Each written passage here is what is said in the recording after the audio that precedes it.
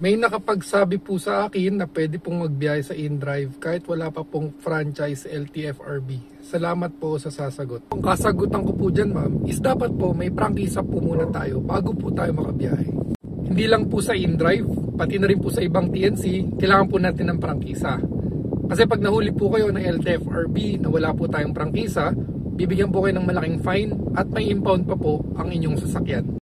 Magandang sumunod po tayo sa panuntunan ng LTFRB at sumunod sa tamang proseso para wala po tayong maging problema at tuloy-tuloy po ang pagbiyahe natin. Kung may katanungan po tayo regarding sa tamang proseso ng paglalakad ng prangkisa sa TNVS, pwede nyo po kayo PM sa aking Facebook account, JP Barbieto.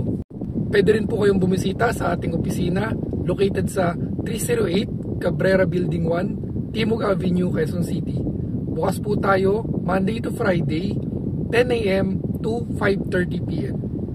So wag po tayong bumiyahe ng kolorum, sundin po natin ang tamang proseso para hindi sumakit ang ulo.